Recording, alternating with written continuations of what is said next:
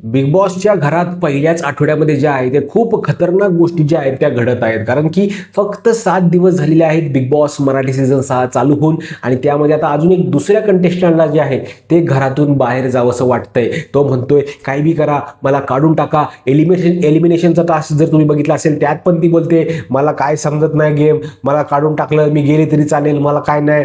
मग हे का तुम्हाला मी बोलतोय, कारण की आज राधा पाटील जी आहे ती राधा पाटील तिकडे बोलायचा प्रयत्न करते की मला आईची खूप आठवण येते आणि खूप वेळ जी आहे ती तिकडे रडत होती. आणि या संपूर्ण गोष्टी ज्या आहेत त्या कशा पायलअप झाल्यात ना ते सांगतो. सर्वात पहिला किंवा दुसराच दिवस होता, त्या दुसऱ्या दिवशी जे आहे त्या दीपाली मॅडम ज्या आहेत ते तिकडे लावणीवरून काहीतरी बोलायचा प्रयत्न करतात आणि ती गोष्ट तिच्या डोक्यामध्ये 2-4 दिवसांपासून जी आहे ती फिरत असणार म्हणजे असणार. कारण की एवढ्या मोठ्या एका व्यक्तीने जे आहे ते असं कमेंट केलेलं आहे आणि तशा पद्धतीचा डान्स करणारी एक व्यक्ती म्हणजे मीच तिथे आहे, अशा प्रकारच्या विचारामध्ये ती गुरफळली आणि तिकडे ती बोलून पण दाखवलं तिने की हे जे मोठे मोठे शहरात राहणारे किंवा स्टँडर्ड लोक जे आहेत किंवा मोठे स्टार्स आहेत हे असेच आपल्यासारख्या लोकांना जे आहे ते हे मान सन्मान देत नाहीत, असंच हुडधुड करतात आणि ह्यामुळे माझं मन लागत नाहीये.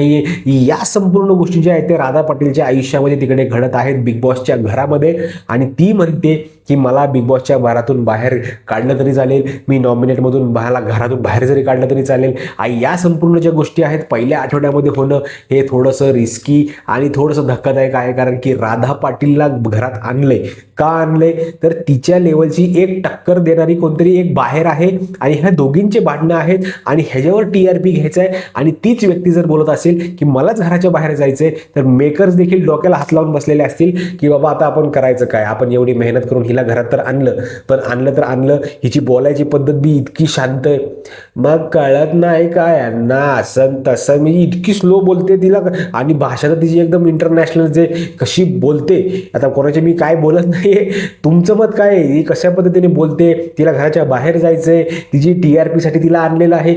या संपूर्ण गोष्टी मेकर्सच्या देखील मनात आहेत आणि प्रेक्षकांच्या देखील मनात आहेत. कारण की खूप लोक राधा पाटीलवर प्रेम करतात का, तर ती डान्स ॲज अ डान्सर ती खूप फेमस झालेली आहे. तिच्या मूव्ज, केस उडवायचे आणि हलायचं नुसतं इकडे तिकडे, याच्यावर जे एकदम यूथ आहेत ना ते फिदा एकदम.